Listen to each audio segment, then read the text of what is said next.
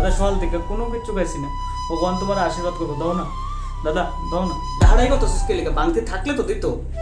সকাল থেকে কিচ্ছু খাইছি না দাদা, বলো।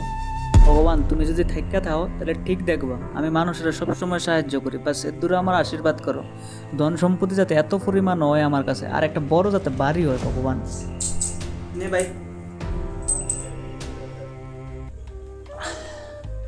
ভগবান তার ভালো করো। কিছু পয়েন্ট দিয়ে সেটা ভগবানের কাছে তুমি পূর্ণতা বিচার করতেছো। যেই জিনিস তুমি মন থেকে দিয়ে সেটা ফলের আশা করো, সেটা ব্যবসা কয়, ভক্তি কয় না। তোমার পকেটের মধ্যে অনেক নোট আছে, কিন্তু নোটের মাঝখান থেকে একটা কয়েন খুঁজে দিয়ে সেটা আবার ভগবানের কাছে তুমি ফল চাইতেছো। আরে কৃষ্ণ, মন থেকে যদি তুমি কোনো জিনিস দিয়েই থাও তাহলে ফলের আশা কি এর লেগে করতেছো? কিছু কয়েন দিয়ে সেটা তুমি ফলের আশা করতেছো, ভগবান যাতে তোমার পূর্ণতা লাভ হয়, আর তুমি সেই পূর্ণতা যাচাই তুমি করতেছো।